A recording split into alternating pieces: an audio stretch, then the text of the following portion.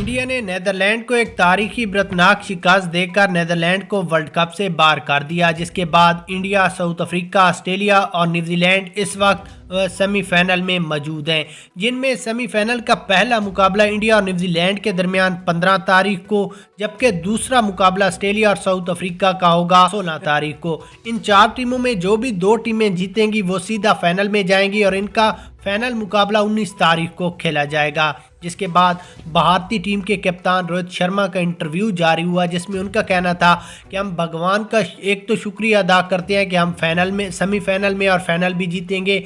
उसके बाद हम भगवान का सबसे ज़्यादा जो शुक्रिया अदा करते हैं कि भगवान ने पाकिस्तान टीम को वर्ल्ड कप से बाहर कर दिया।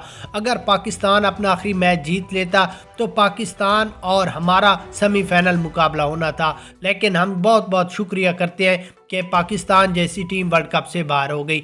अब हम आसानी के साथ वर्ल्ड कप जीतेंगे, ट्रॉफी चाहे हम इन टीमों को फिक्स करें, जो भी करें, हमने वर्ल्ड कप की ट्रॉफी हर हाल में उठानी है। हमारे लिए खतरे की घंटी थी वो पाकिस्तान की थी और वो इस वक्त घर भी पहुंच चुकी है, आराम से नींदें सो रही हैं। उसके बाद नीदरलैंड टीम के कप्तान के इंटरव्यू में कहना था कि हमारी बहुत छोटी टीम है, अगर हम मैच से पहले 2 से 3 बड़ी तब्दीलियां कर लेते तो हम इंडिया को एक तारीखी बर्तनाक शिकस्त देते और इनका जो भी गरूर है वो खाक मिट्टी में मिला देते। लेकिन अफसोस कि हमारी सिलेक्शन कमेटी ने ना ही कोई इस तरह का प्लान बनाया और ना ही किया, जिस वजह से हमें हार का सामना करना पड़ा। लेकिन इंडिया का गरूर इंशाल्लाह सेमीफाइनल और फाइनल में निकल जाएगा। हम तो यही दुआ करते हैं कि इंडिया बस वर्ल्ड कप की ट्रॉफी ना जीते, बाकी जो भी टीम जीते हमें कोई टेंशन नहीं है, सिर्फ इंडिया ना जीते।